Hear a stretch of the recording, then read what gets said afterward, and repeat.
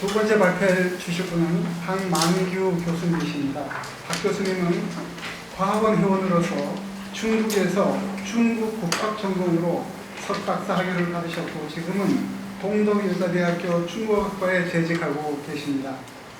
오늘 이 발표할 논문은 육조 단경 해능 선택과 배행 사상 연구가 되겠습니다. 이 주제에 대해서 토론해 주실 분은 과학원 회원으로서 현재 서울시립영등포 장애인 복지관에 재직하고 계시는 이용곤 박사이십니다. 발표해 주십시오. 예, 박만규입니다. 지금 첫 말씀드리기 전에 먼저 이 변명 아닌 변명이 필요할 것 같습니다. 지금 들어오면서 이 책을 받았는데 책을 받아보니까 이만큼이 지금 글자가 잘못되어 있는 것들이 많은 걸 지금 자리에서 봤습니다. 그게 딴 게 아니고 글자가 크든지 작든지 고르지 않게 들어가 있고 또 심지어 두 군데의 글자는 글자가 틀리고 변이 빠져 있고 그래서 그걸 참 제가 지금 급하게 앉아서 10분 동안 보면서 이게 참 어쩔 수 없구나 이런 생각이 들었습니다. 그게 무슨 말인가 하면 제가 한 10년 동안 중국에서 논문을 10몇 편을 발표를 했습니다. 그때 벽암록이라든지 무문관이라든지 이런 걸 할 때 제가 냈던 논문이 발표장에서 책으로 나온 데는 보니까 페이지가 틀려 있고 글이 밀려 있고 번호가 다 다르고 그래서 뭐 도깨비한테 쏘였나 싶은 생각도 들고 그래서 거기서 논문집을 받고 나서는 제가 가지고 있던 원문과 빨리 대조하는 것이 이제는 연례 행사가 되었습니다. 그래서 보니까 제 책에는 아무런 문제가 없는데 여기는 지금 많이 글자가 어그러져 있고 틀립니다. 그게 무슨 조화인지는 저는 모르겠습니다. 그래서 지금 한 10분 동안에 보았습니다. 그래서 변명 같은 변명 먼저 해놓고요. 그 다음에 말씀드리겠습니다. 제가 이 논문을 주제로 잡았던 것은 아주 오래됐습니다. 몇십 년 됐는데 큰 스님 법문을 들으면 큰 스님이 자주 인용하시는 분이 육조 스님의 얘기예요. 그래서 육조 스님 그래 큰 스님께서는 내가 비구도 해봤다. 내가 이것도 해봤다. 저것도 해봤다. 이제 마지막으로 마치려고 여기를 왔다. 이렇게 말씀하시는 걸 제가 옛날에 들었었기 때문에 이 비구도 해봤다는 말씀이 이게 무슨 말씀인가 했는데 큰 스님의 법문이 육조 단경의 법문에 무척 많이 나옵니다. 그래서 또 봤더니 해능 스님의 속성이 노시예요.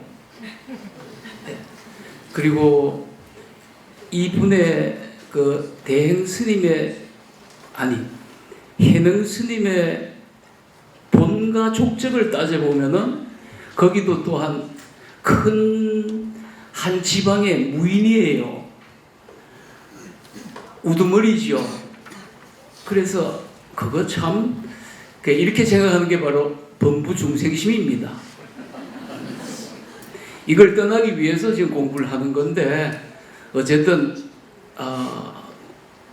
이걸 업으로 하는 공부하는 사람이니까 이러한 지적인 호기심에서 유발되지 않을 수는 없습니다.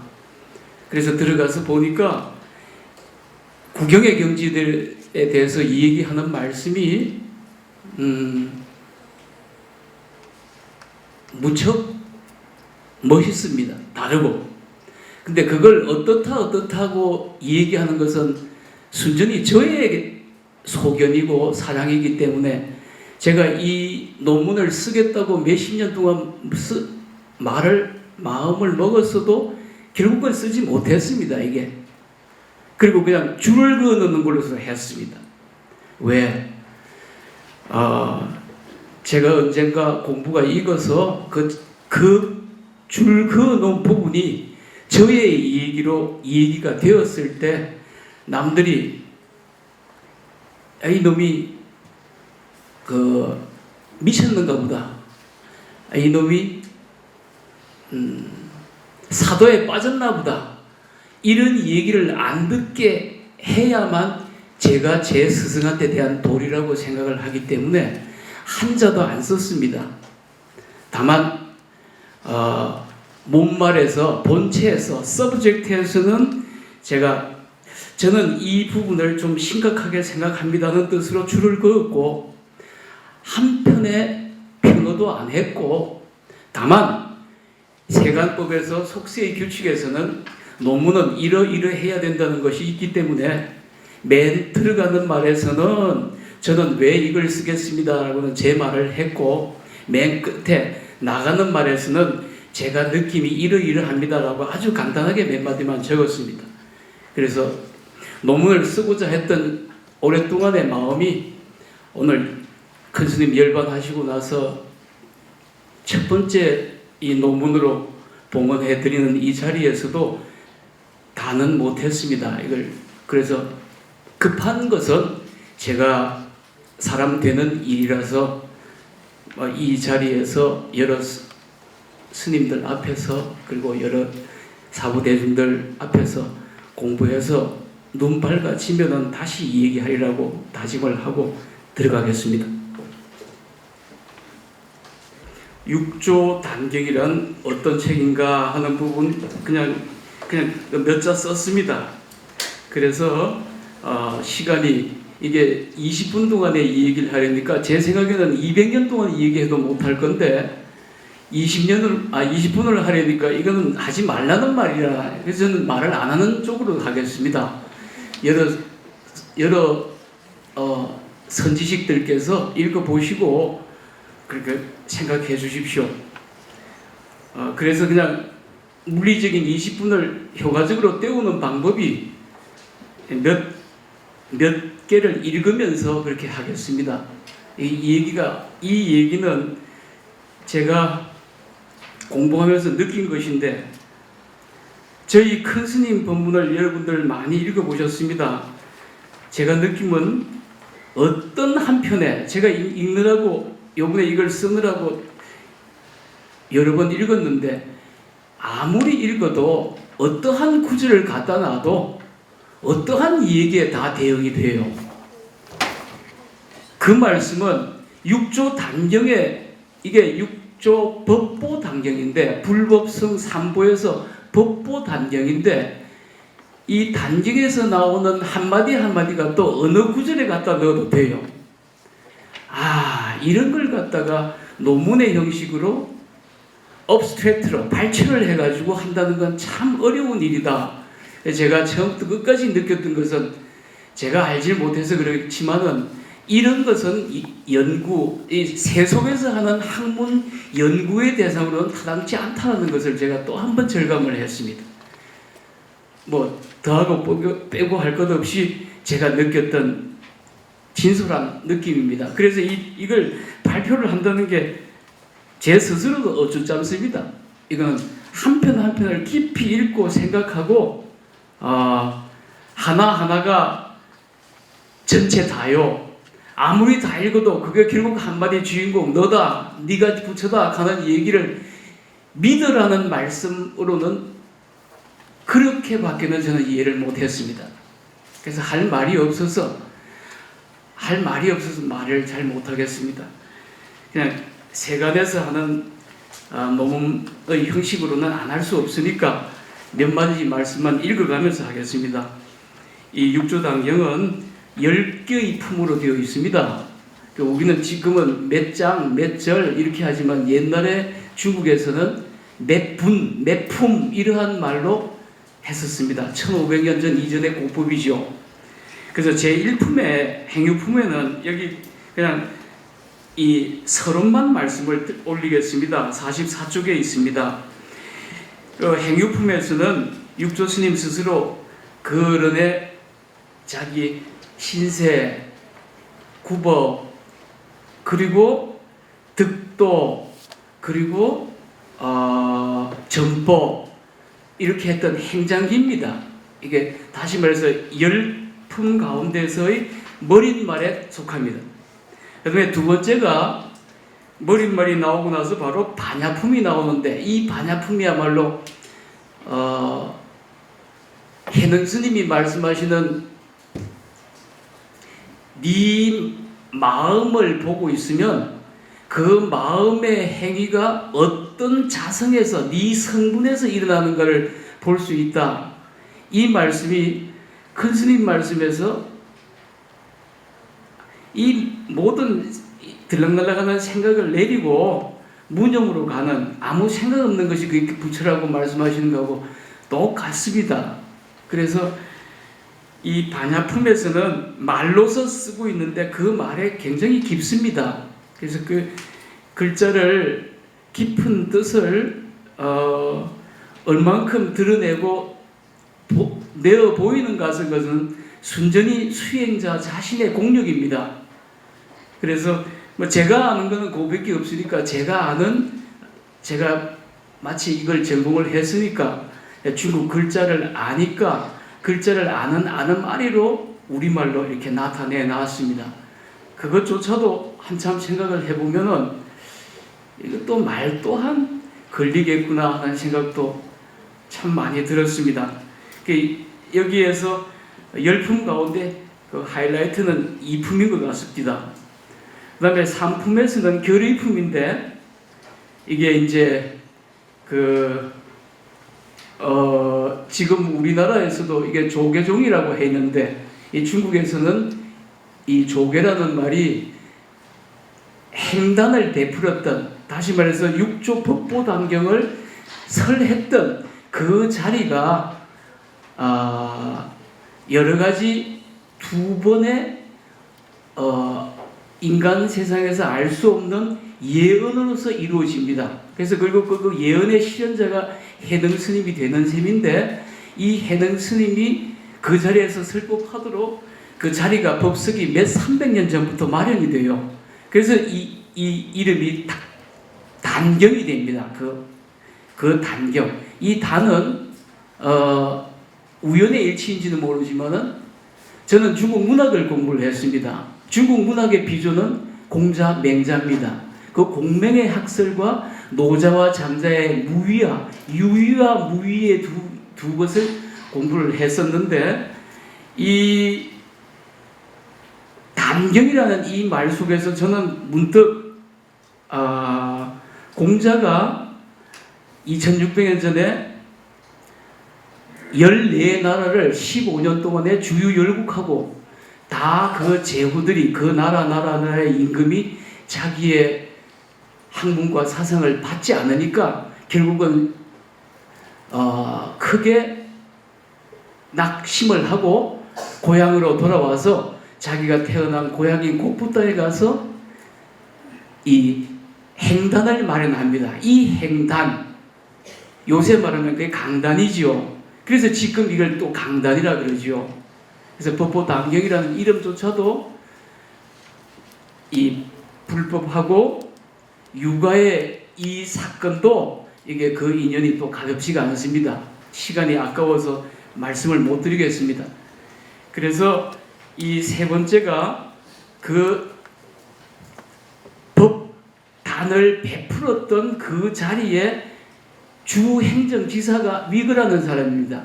이 사람을 그러니까 최고 행정 책임자죠. 중국은 크니까 그 하나가 우리나라의 대통령보다 더 직함이 크지요. 덩치가 크니까. 그 사람을 맞아들이면서 서비스하는 차원에서 그 사람의 눈을 띄우는 법문이 제3품입니다. 그러면서 거기에서 우리가 잘 알고 있는, 그리고 큰 스님께서 아주 많이 인용하시는 달마조사의 이야기와 그 양무제의 이야기가 거기서 나옵니다.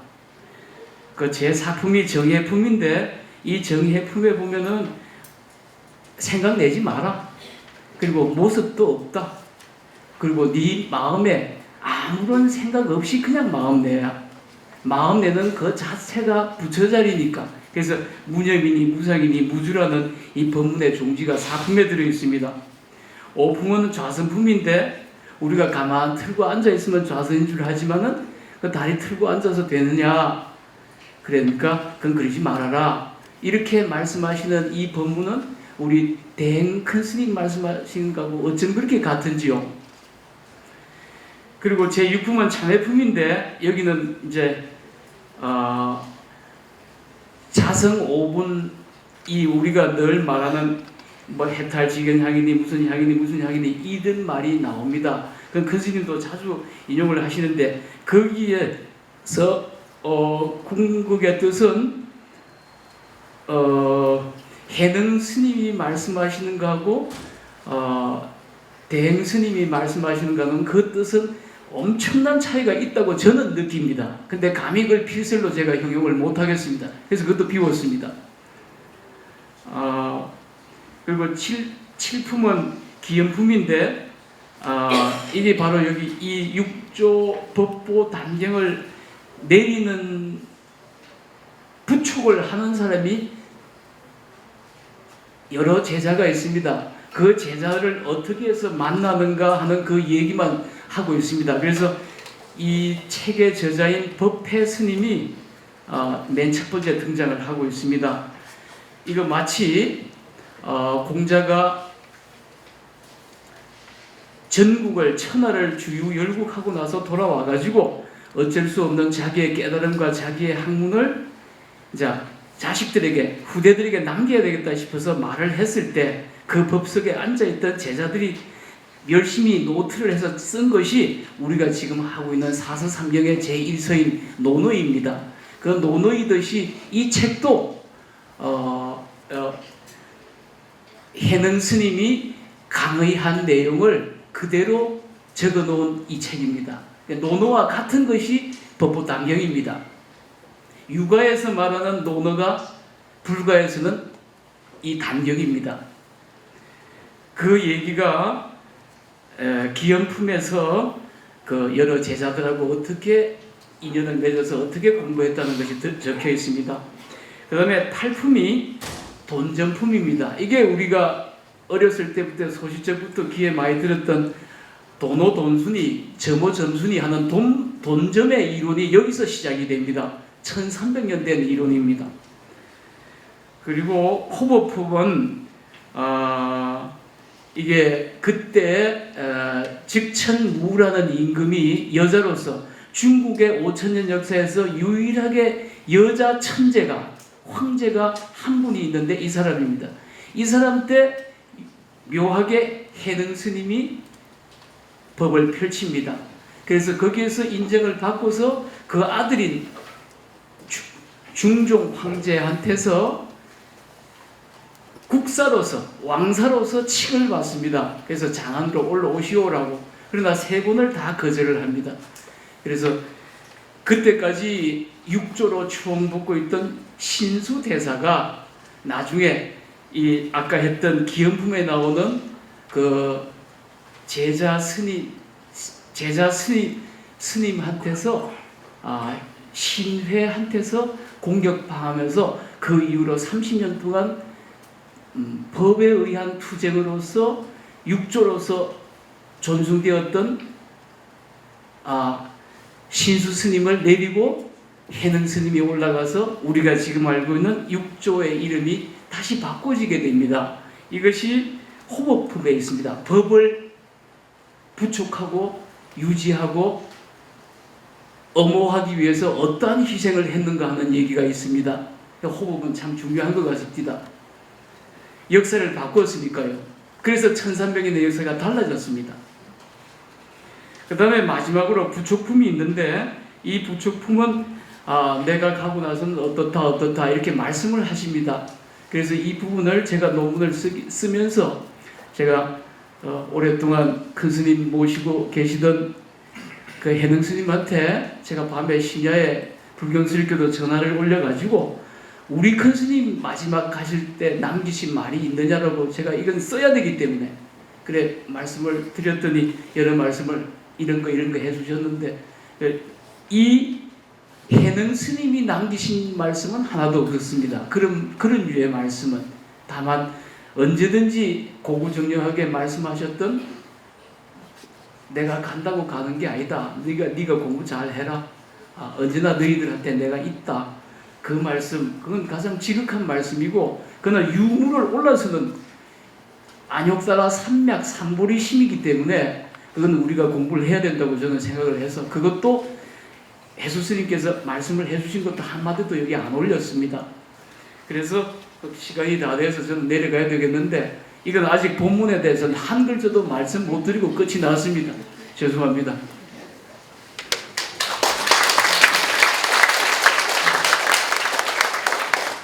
박 교수님 수고 많으셨습니다. 이 박사님 토론해 주시죠. 예, 박 교수님 발표에 대해서 수행법이라든가 여러 가지 이제 선 사상에 대해서 강론적 논하자는 아닌 것 같습니다. 그래서 그 대체적으로 우리 대행 스님의 주인공 관법이 현대 이 시대에 어떤 지위를 가져야 되느냐, 이런 부분에 대해서만 한두 가지 말씀드리고자 합니다. 박 교수님께서는 6조 해능선사의 행장과 법문이 나누긴 조계종의 소위경전이죠. 어떻게 보면 조계종 소위경전이 금강경과 전등법어로 되어 있죠. 그 법어 중에 핵심이 되는 책이 바로 6조 단경이죠. 그 6조 단경과 대행스님의 가르침과 행장을 잘 이해하고 실천할 수 있도록 품별을 이렇게 정리해 주셨어요. 그래서 단경에 10개 품별 내용에 해당되는 그러한 대목들을 대행스님 법문 그리고 그 가르침으로 분류를 했고, 두 선사의 사상과 수행적 특성을 조목조목 사실은 다 열거를 해주셨습니다. 이게 한 92페이지 되는 걸 보고 한 3일에 걸쳐서 읽었는데요. 아주 놀랐습니다. 그래서 그 원고를 보면서 평소 이 대행스님 가르침을 늘 갖고 실천하는 안목이 없이는 불가능한 작업이 아니었겠구나 하는 생각이 들었어요. 그래서 평소 주인공 관법을 저도 이제 배우고 실천을 한 사람으로서 감명이 깊었습니다. 이렇게 대행스님 열반 3주기 시점에 두 선사의 가르침, 특히 수행법에 대해서 비교 분석해본 일은 여러 가지 의미에서 그 의미가 대단히 크다고 생각을 합니다.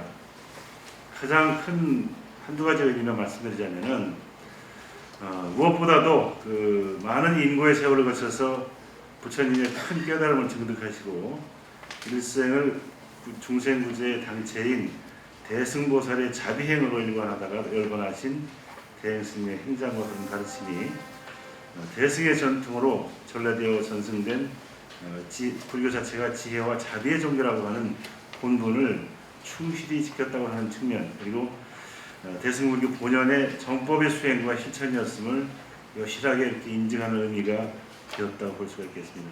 특히 대행수사께서 제창하신 주인공 관법은 한마음, 그러니까 이게 이 육조 스님도 그렇고 대행 스님의 이 가르침도 거슬러 올라가면은 이 대승 기신론이 얘기하고 있는 그 한마음 일심의 그 뿌리를 두고 있다고 생각을 합니다. 그리고 이 육조 해능이 얘기하는 무념의 종지, 이런 것들이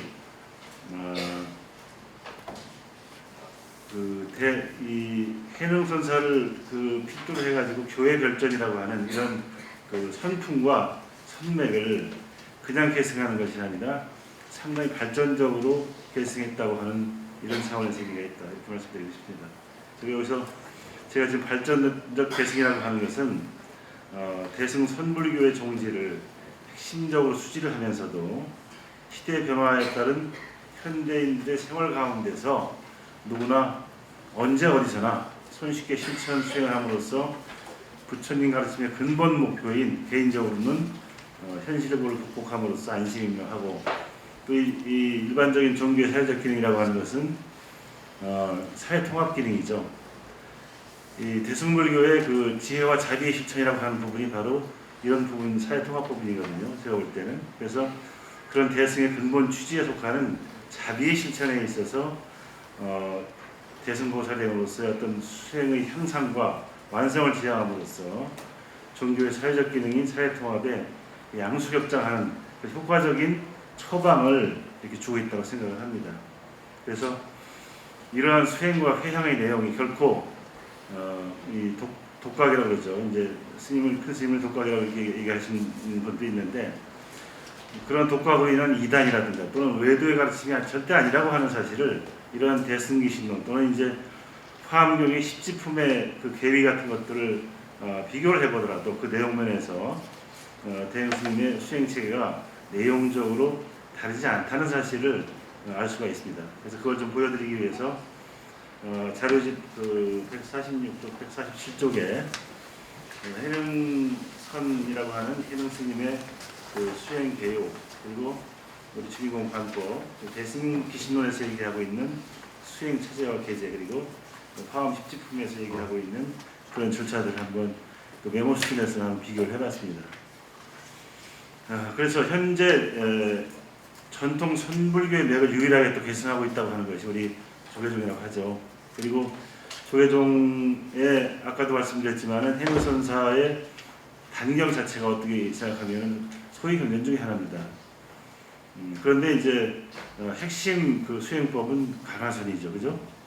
그런데 어디에도 이 해능 스님께서 간화선을 얘기한 적은 없습니다.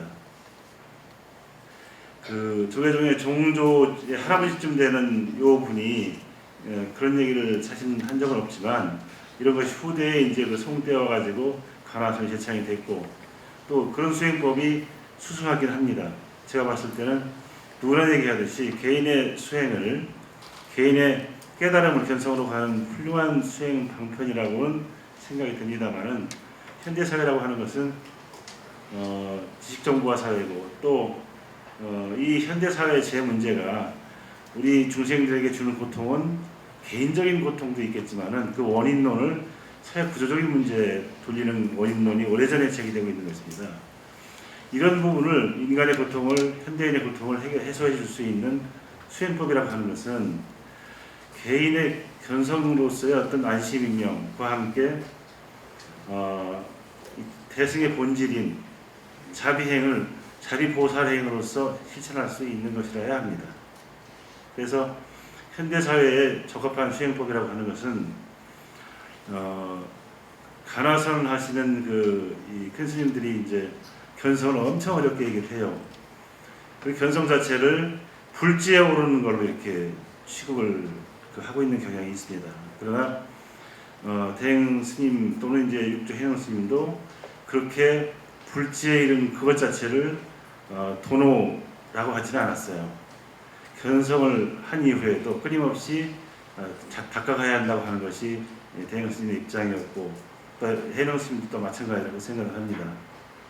오직 도노를 강조한 것은 그 깨달음, 이 참나 속에 있는 참나를 계속 그 참나가 흐르게 하는 가운데, 그 가운데서 이 삼귀 같은 경우 이렇지 않습니까?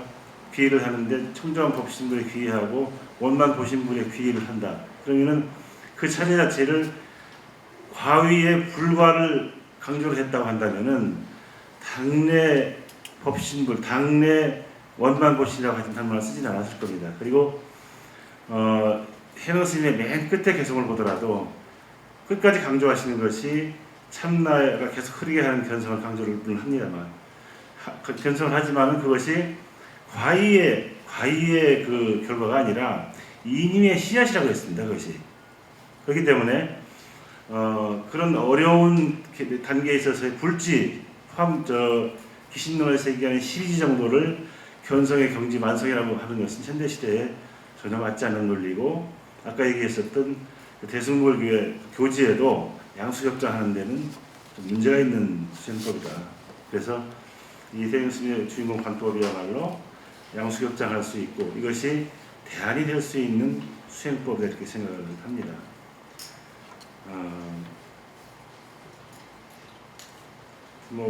그런 취지로 이제 제가 토론을 작성을 했는데요. 그래서 이런 취지에 대해서 일단 이렇게 토론을 한 이상 발표자에게 질문 하나 하는 것으로서 토론을 대하고자 합니다. 그런 어떤 좀 전에 얘기했었던 본전 논쟁을 하자는 건 아닙니다. 그러나 대행 스님 얘기하고 계신 점수라고 하는 그런 것들, 이런 것들이 대승보살의 그 수행 차제에 있어서 오히려 대승귀신론에서 얘기하는 십지의 경지보다는 화엄 십지품에서 얘기하고 있는 그 십지보살을 목표로 하고 있다. 그리고 여러 군데 대행 스님의 어록에서 나오지만은 내가 깨달아서 그 지위에 가서 저 멀리 사라진다는 말씀을 하셨어요. 현상에 계속 같이 두 중생과 부르시면서 오신다 또는 계신다고 하는 걸로 저는 기억을 하고 있습니다. 그런 차원에서 이 육조 단경의 그 수행법과 기본적으로 우리 대행 스님의 이 수행법에 있어서 그런 언뜻 아까 발표하실 때도 이제 그런 수승한 경지가 더 있다는 걸로 알아들었는데, 그런 더 현대 요 시점에 있어서 대행 스님의 수행법이, 주인공 관법이 더 수승한 점이 어떤 점인가 하는 것들은 아마 쭉 계속 세부적으로 비교를 하시면서 아마 느끼시지 않았을까 생각을 합니다. 그 점에 대해서 좀 말씀해 주실 것을 요청을 드리고 토론에 변을 대할까 합니다. 이 박사님 수고 많으셨습니다. 좀 토론이 좀 길었지요. 우리 박 교수님 짧게 대답해 주셨으면 감사하겠습니다.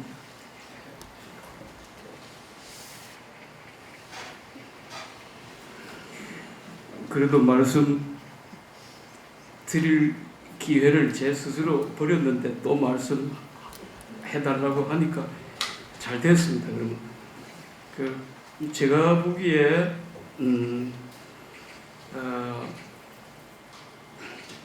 이게 지금 토론자께서 말씀하시던 화음이다 여러 가지 경전에서 여러이런 언어의 그 단계로 가지고 그렇게 말씀하시는 게 저희들은 저는 그런 건 별로 잘 모릅니다. 그리고 이 큰 스님 법에서는 그것도 없고 저것도 없고 몽땅 죽으라는 것이니까 죽었는데 알고 자시고가 있겠는가 싶은 그런 마음이라서 화엄을 84품을 다 읽었습니다만은 그게 그냥 어느 경전이든지 루시워원 난 이렇게 들었다. 내 의견이 아니고 내가 저 어른이 하시는 말씀을 나는 이렇게만 들은 거예요. 그러니까 그 불경을 접하는 자세조차도 팔만대장경이 내가 이렇게 안다가 아니고 나 이게 들은 거예요. 그러니까 내가 이렇게 들은 거를 내가 이렇게 남겼으니까 읽는 사람들은 알아서 읽어라. 네 그릇 따라 먹어라. 그래 큰 스님께서는 늘 그릇이 다르고 그래서 간장종지 얘기를 하시고 바다 얘기를 하시면서 빨리빨리 자기 그릇을 키우라는 말씀을 하시지, 그런 말씀이 화엄이다 그리고 능응경이다 수능응경에 열반경에 정명경에 이렇게 나오는 그러한 이 분류에 의한 식의 표현, 이것은 제가 이해하는 부분으로서는 그걸로서 대행 스님의 사상과 1대1을 맺어가지고 언어상의 유사한 점을 찾고 이러는 것은 저는 불가능했어요. 그리고 누누이 그렇게 말씀을 하세요. 여기서도 제가 뒤에 매점말 속에 몇 가지를 찾은 것이 일부러 보이기 위해서 보이는데, 그 삼신을 얘기할 때 청정법신불에 규의하라 그럴 때 큰 스님 말씀은 청정이 아닙니다. 우리가 한문의 의식으로는 청이 물 맑을 청이에요. 정은 맑고 깨끗할 정자입니다. 맑고 깨끗한 것을 우리는 형상화하고 있습니다.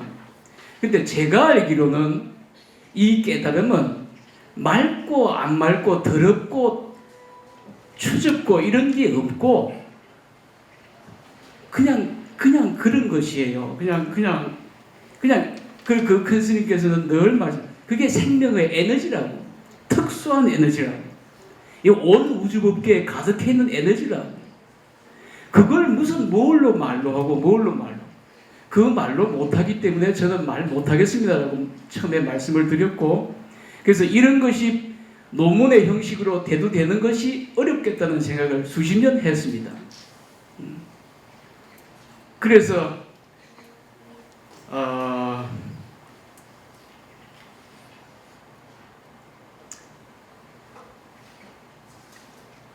말 없어야 되고 생각 없어야 되고 그냥 죽으라는 말 속에서 그냥 그렇게 해야 될 것 같습니다. 여기에서 나온 이런 여러 가지 얘기들도 논문의 격을 갖추기 위해서 한 말이지, 제가 이거 알고 있는 것도 아니고 모르는 것은 잘 모르는 거니까 생각할 것이 못 되죠. 그래서 거기다 썼습니다만 自知为知之 不知为不知 是知也. 논어에 나오는 말이 네 아는 것을 안다고 하고 네가 모르는 것을 네 모르는지를 아는 것, 그게 바로 아는 것이야. 근데 그 말도 고문에서 이거 글을 할 시자, 이거 우린 지금은 동사로서 쓰고 있습니다만은 고문에서는 이것이야말로 하는 가장 강조할 때 시를 앞에 세웁니다. 그래서 우리 나라가 없어졌을 때 장지현 선생이 시일야 방성대국이라고, 오늘이야말로 목 놓아 울어야 할 때다라고 말을 하고, 그때 그 시자가 아주 힘을 주는, 아주 강조하는 말씀인데, 그래서 여기에서 보면은 뭐 이런저런 말이 붙을 데가 없고, 저는 잘 모르기 때문에 모르는 걸 넘겼습니다. 그냥 소견으로는 그 언어적인 분별을 해서 이렇게 갈라보고 저렇게 하는 것은 논문을 쓰는 현대 과학으로서는 요구하는 필수적인 과정이니까 짧게 부탁드리겠습니다. 그래서 제가 더 할 말이 없어서 그만하겠습니다.